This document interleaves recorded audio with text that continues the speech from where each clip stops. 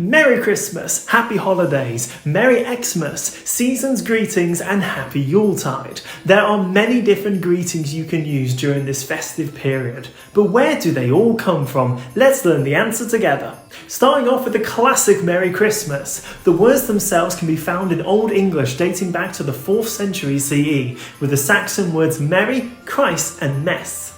Although we've been saying Christmas in England since the early medieval period, it wasn't until 1534 that the phrase Merry Christmas began being used, the first known usage of it appearing in a letter from Bishop John Fisher to Thomas Cromwell.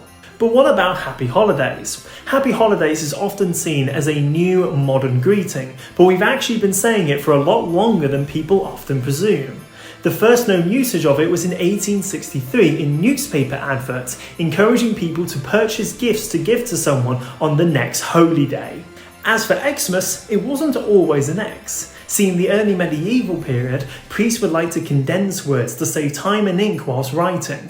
One of these abbreviations they used was the Greek letter chi as an abbreviation for Christ.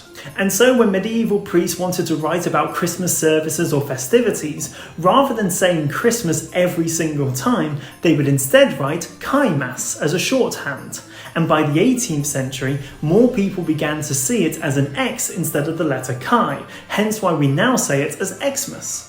Yuletide is a reference to the 12-day pagan festival Yule, which was celebrated in pre-Christian Germanic and Scandinavian cultures. Even after the rise of Christianity, this 12-day period still held a lot of importance for people, and around 1475, the phrase Yuletide appeared as a way to refer to the 12-day period that Yule would happen. And finally, let's have a look at Season's Greetings. The advent of this phrase coincides with the rise in popularity in Christmas cards in the late 19th century. Christmas card manufacturers wanted to have a variety of phrases on their cards, and one phrase that became very popular for them to use was "with the season's greetings." By the 1920s, they had condensed this into just "Season's Greetings." I personally wish we carried on using some of the imagery from Victorian Christmas cards. I mean, have you seen how terrifying some of them are? But as we have seen, there are many different ways to greet someone during the festive period, and many of these phrases have developed slowly over a long period of time.